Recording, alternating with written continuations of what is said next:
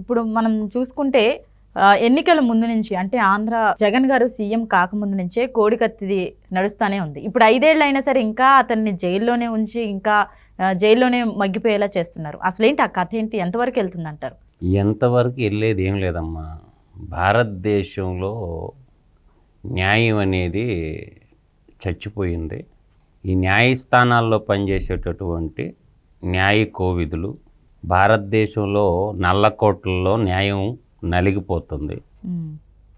నాకు తెలిసి ఈ కేసుకి అంతకుముందు గతంలో ఒక కేసుకి అంతకుముందులో సత్యం బాబు అని ఒక అబ్బాయి విజయవాడ కృష్ణా జిల్లా అబ్బాయి ఆయేషా మీరా అని ఒక అమ్మాయి బీ ఫార్మసీ చేస్తుంటే ఆ అమ్మాయిని దారుణంగా చంపేశారు. ఆ రోజు కూడా ఒక దళితుడైనటువంటి ఒక అబ్బాయి సత్యం బాబు అనే అబ్బాయిని ఇతనే నేరస్తుడని చెప్పి పోలీసులు ఒక పేదవాడిని కటకటాల్లో పెట్టి 7 సంవత్సరాలు చిత్రహింసలకు గురి చేస్తే చివరికి ఆ అబ్బాయి. మీ పిల్లలు ఇంటర్మీడియట్ మరియు ఎంసెట్ చదువుతూ సబ్జెక్ట్స్ లో కన్ఫ్యూజ్ అవుతున్నారా? కాన్ఫిడెన్స్ లెవెల్ తక్కువగా ఉందా? రిపీటెడ్ మిస్టేక్స్ చేస్తున్నారా?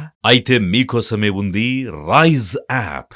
1 lakh question bank, performance analysis, online classes by experts, ఇంకా మరెన్నో ఫీచర్స్ తో మీ ముందుకొచ్చింది Rise the perfect guide. Description లో ఉన్న లింకును ఉపయోగించి సబ్స్క్రైబ్ అవ్వండి. కొంతమంది సామాజిక స్పృహన్న లాయర్లు ఒక టీమ్గా ఏర్పడి ఆ అబ్బాయి నేరం చేయలేదు, నేరం చేసిన వాళ్ళు ఏరే ఉన్నారు, ఆ అబ్బాయికి ఈ నేరానికి ఎటువంటి సంబంధం లేదు కాబట్టి ఆ అబ్బాయిని అప్పుడు ఉమ్మడి ఆంధ్రప్రదేశ్ హైకోర్టు ఏం చేసిందో తెలుసా? అబ్బాయిని నిర్దోషిగా ప్రకటిస్తూ తీర్పు ఇవ్వడమే కాకుండా అసలైన దోషులను పట్టుకోమని చెప్పి అత్యున్నతమైన ఉమ్మడి రాష్ట్రంగా ఉన్నటువంటి అత్యున్నత న్యాయస్థానం తీర్పు ఇవ్వడం జరిగింది. చివరికి ఆ అబ్బాయి ఆ కంచికచెర్ల దగ్గర అక్కడ గ్రామాన్ని వదిలేసి తెలంగాణలో మహబూబ్ నగర్ జిల్లాలో ఒక అమ్మాయిని చేసుకుని ఆ అబ్బాయి రాష్ట్రాన్ని వదిలేసి చివరికి తెలంగాణలో స్థిరపడినటువంటి దుస్థితి. ఆ ఆయేషా మీరా తల్లిదండ్రులు ఉన్నత విద్యార్థులు, ఉపాధ్యాయులు. ఆ రోజు వాళ్ళ అమ్మగారు స్వర్గీయ రాజశేఖర రెడ్డి ముఖ్యమంత్రిగా నుండి దుమ్మెత్తిపోసింది. ఒరే నువ్వు నాశనం అయిపోతావురా అని చెప్పి. ఆ రోజు ఏం జరిగిందనేది ప్రజెంట్ తెలంగాణలో ఒక కమిషనర్గా పనిచేస్తుండవు సివి ఆనంద్ అని. ఆయన విజయవాడ కమిషనర్గా ఉండు. ఆయనకి మొత్తం తెలుసు ఎవరు చంపింది, ఏం చేసింది, A to Z సివి ఆనంద్కి తెలుసు. ఆ సివి ఆనంద్ని అక్కడి నుంచి ట్రాన్స్ఫర్ చేసి వేరే వ్యక్తిని పెట్టి ఆ కేసు అంతా మ్యానిపులేట్ చేశాడు. అప్పటి మినిస్టర్గా ఉండేవాడు రాజశేఖర రెడ్డి క్యాబినెట్లో కోనేరు రంగారావు అని. వాళ్ళ దగ్గరి అబ్బాయి అని చెప్పి విజయవాడ అంతా కోడైకి వస్తూ ఉంటే రాజకీయ అండదండలు ఉన్నాయని వాళ్ళ జోలికి పోల. నేను ఎందుకు చెప్పానంటే ఈ స్టోరీ అంతా కూడా లైవ్లో బతికున్నారు ఆయేషా మీరా తల్లిదండ్రులు. వాళ్ళు కోర్టుల చుట్టూ తిరిగి న్యాయ వ్యవస్థ మీద నమ్మకం కోల్పోయి, పోలీస్ వ్యవస్థ మీద నమ్మకం కోల్పోయి వాళ్ళు ఇంకా పోయిన బిడ్డెట్టా తిరిగి రాదు, న్యాయం జరగదు, ఈ కోర్టులకు పోయేదానికంటే నోరు మూసుకొని ఉండటం మేలు అని చెప్పి వాళ్ళు ఆ కేసు ఏమైపోయిందో కూడా ఎవరికి తెలియదు, ఎవరి దోషులు అన్న సంగతి కూడా లేదు. నేను ఎందుకు చెప్తున్నానంటే ఈ శ్రీనివాసరావు అనే అబ్బాయి అసలు దోషి. ఈరోజు రాష్ట్ర ముఖ్యమంత్రిగా వాళ్ళండ టీము ఆ రోజు 4 వ్యక్తులు. ఎవరు? రాష్ట్ర ముఖ్యమంత్రి జగన్మోహన్ రెడ్డి, ఆయనకి సేవ చేస్తున్నటువంటి ఇంకొక సేవకుడు కేఎన్ఆర్, ఆ రోజు ఉన్నటువంటి వ్యక్తి బొత్స సత్యనారాయణ మేనల్లుడు, అతని పేరు కూడా శ్రీనివాసరావు, తర్వాత విజయసాయిరెడ్డి. వీళ్ళందరూ ఎయిర్పోర్ట్లో జరిగినటువంటి సంఘటన. అది జరిగిందో లేదో ఎవరికి తెలియదు. అంటే under control of central reserve పోలీసులు ఉండే కాడ ఇన్సిడెంట్ జరిగితే అక్కడ ఉన్నటువంటి కమాండ్ దీంట్లో ఏ కుట్ర లేదు, ఏమీ లేదు, ఈ సంఘటనకి ఆ అబ్బాయికి ఎటువంటి సంబంధం లేదని చెప్పి కోర్టులో సాక్ష్యం కూడా ఇచ్చాడు. అసలు బాధితుడు ఎవడు? జగన్మోహన్ రెడ్డి బాధితుడు. అయ్యా నువ్వు కోర్టుకు వచ్చి కొంచెం సాక్ష్యం చెప్పయ్యా అని అంటుంటే నేను కోర్టుకు రాను, దీని కుట్ర ఉంది, లోతుగా దీన్ని చర్చించండి అంటాడు. నేను అంటుండే పాయింట్ అది కాదమ్మా. జగన్మోహన్ రెడ్డి దేని మీద ప్రమాణం చేశాడు? ఒత్తు భారత రాజ్యాంగం. భారత రాజ్యాంగం మీద ప్రమాణం చేసినప్పుడు మొట్టమొదటి పౌరుడు ఎవరు? గవర్నరు, భారత రాజ్యాంగ పరిరక్షకుడు. ఆయన తర్వాత పొజిషన్లో రాష్ట్ర ప్రజలందరూ ముఖ్యమంత్రి, రెండో పౌరుడు ముఖ్యమంత్రి వస్తాడు. ఈయన కోర్టుకి ఎందుకు పోవటం లేదు అంటే ఇతను కోర్టులు అంటే లెక్కలేదుగా, లెక్క లేదు కదా. ఇప్పుడు నేను అనేది నాకు తీరిక లేదు, నాకు జామ్ అయిపోద్ది అన్నాడు కదా. జగన్మోహన్ రెడ్డి విజ్ఞతకే వదిలేద్దాం, నీకు జామ్ అయిపోయి తీరిక లేదు కదా. కేసీఆర్ని కలవటానికి ఎట్ట తీరుకొచ్చింది? స్పెషల్ ఫ్లైట్ వేసుకొని ఒక రోజంతా కేసీఆర్తో అలాయ్ బలాయ్ చేసుకున్నావు కదా.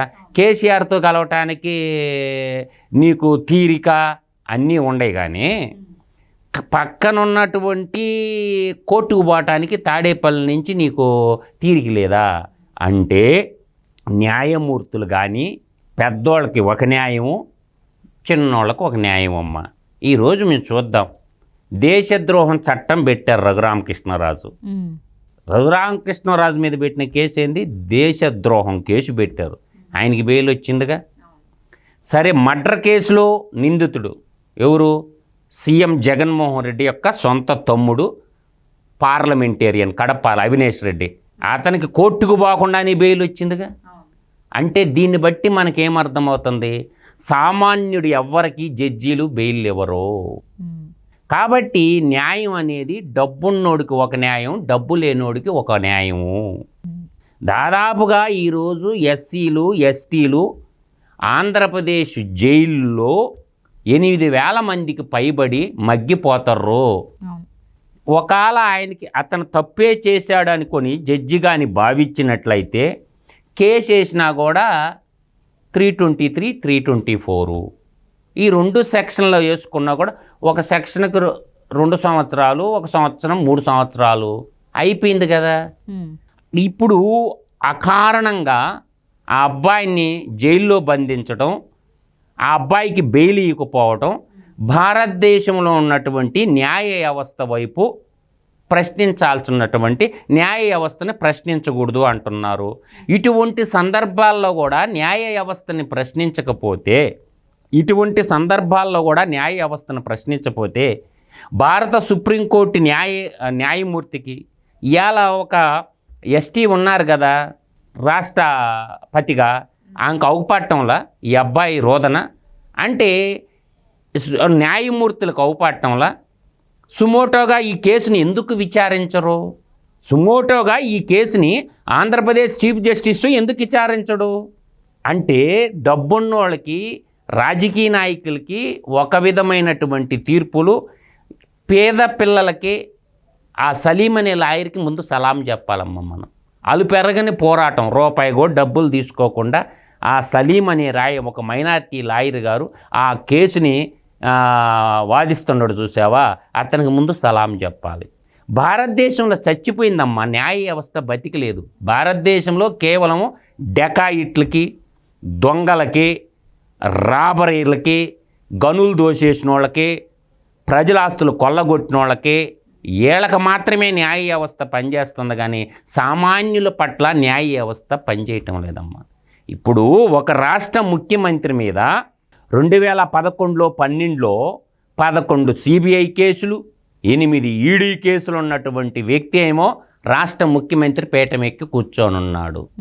అతనికి బెయిల్ దాదాపుగా కోర్టుకి భారతదేశ చరిత్రలో కాదు ప్రపంచ న్యాయ చరిత్రలో 3041 సార్లు కోర్టు వాయిదాలకు పోనటువంటి వ్యక్తి రాష్ట్ర ముఖ్యమంత్రిగా ఉంటే న్యాయస్థానాలు పట్టించుకోవు, దర్యాప్తు సంస్థలు పట్టించుకోవు.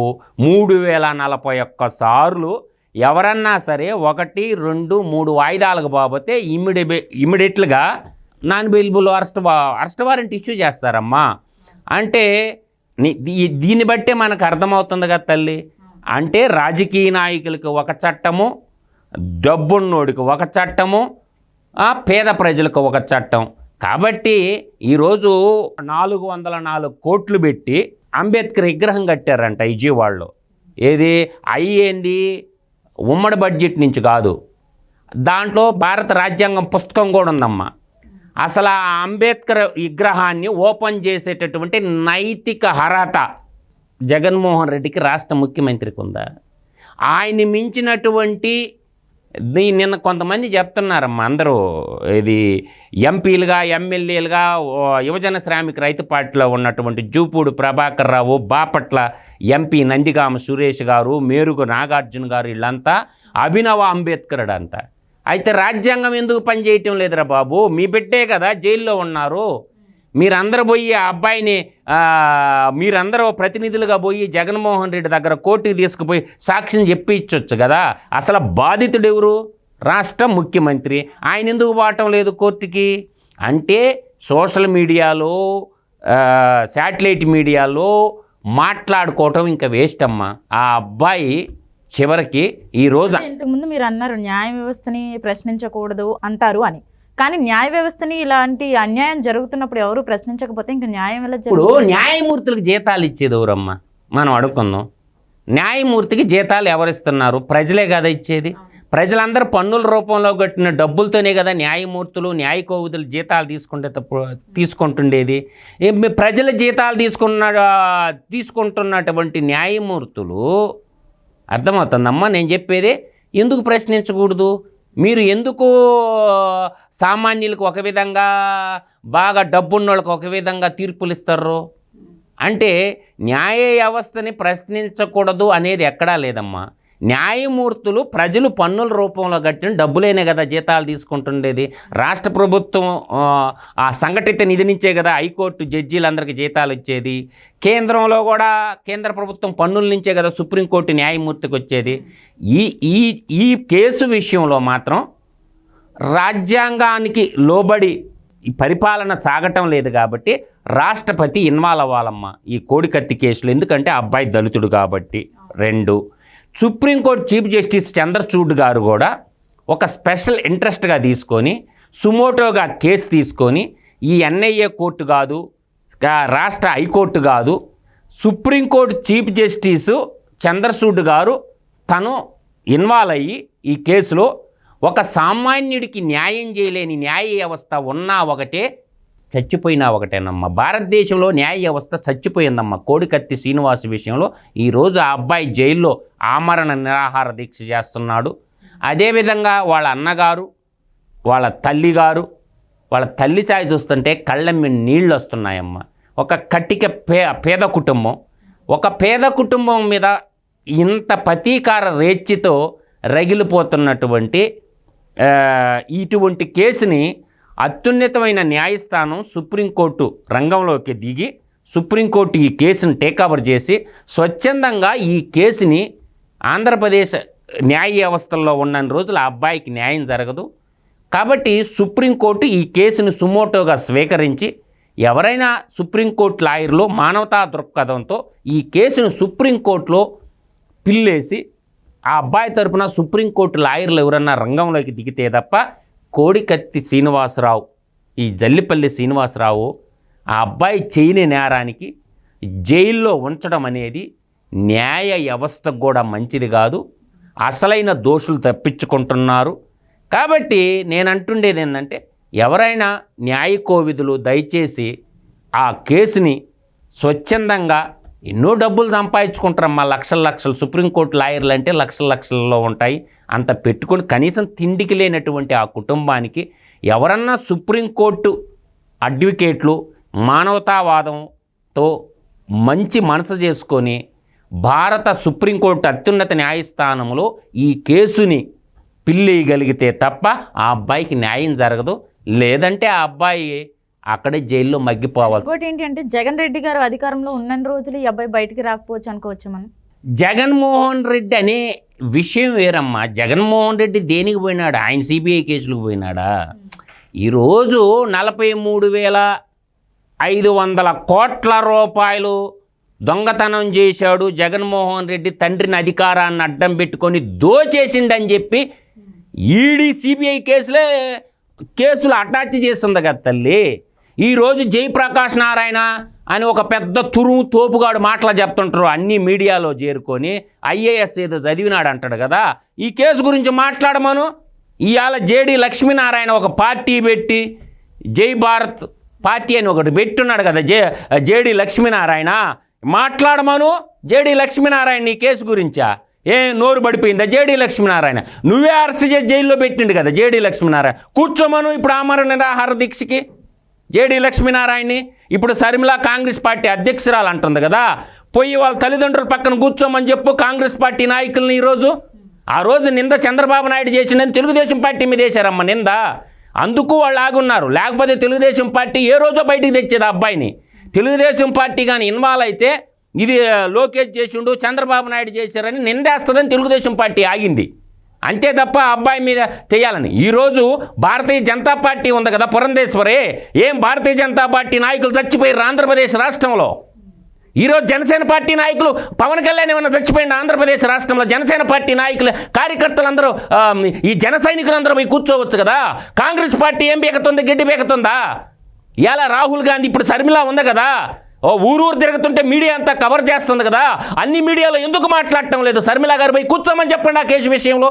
కాంగ్రెస్ పార్టీ చేతులు వదిలేసింది. భారతీయ దేశాన్ని పరిపాలించే భారతీయ జనతా పార్టీ ఆ కేసు గురించి మాట్లాడదు. ఇవాళ కమ్యూనిస్ట్ పార్టీలు ఉండవు, పేదల పక్షాన మేము పోరాడుతున్నాం అంటున్నాం కదా. ఎక్కడ పోయినాయి ఈ ఎర్రజెండాలన్నీ? సిపిఐ, సిపిఎం, ఎంఎల్ పార్టీ వీళ్ళందరూ ఎక్కడ పోయినారు? ఒక పేదవాడికి అన్యాయం జరుగుతుంటే మాట్లాడినటువంటి ఇటువంటి రాజకీయ పార్టీలు ఉంటేనేంది, ఊడితేనేంది. కాబట్టి అందరూ తెలుసుకోవాలా ప్రజా సంఘాలు ఎట్టపోయినాయి, దళిత సంఘాలు ఏమైపోయినాయి. ఒక్క వ్యక్తి జగన్మోహన్ రెడ్డి చూసి అందరూ ఎందుకు భయపడుతున్నారు? చంపుతాడా? ఎంతమందిని చంపుతాడు జగన్మోహన్ రెడ్డి? ఎంతమందిని జీవితాలతో ఆడుకుంటాడు జగన్మోహన్ రెడ్డి? ఇటువంటి ముఖ్యమంత్రులు వస్తుంటారు, పోతా ఉంటారు. కాబట్టి జగన్మోహన్ రెడ్డిని చూసుకొని అందరూ రాష్ట్రంలో ఉన్నటువంటి రాజకీయ పార్టీలు కానీ ప్రజలు కానీ ఎందుకు భయపడుతున్నారు? మాట్లాడినోడు ప్రతి ఓడి మీద కేసులు పెట్టి ఫ్రీడమ్ ఆఫ్ స్పీచ్ అనేది జగన్మోహన్ రెడ్డికి ఒక్కడికే ఉందా?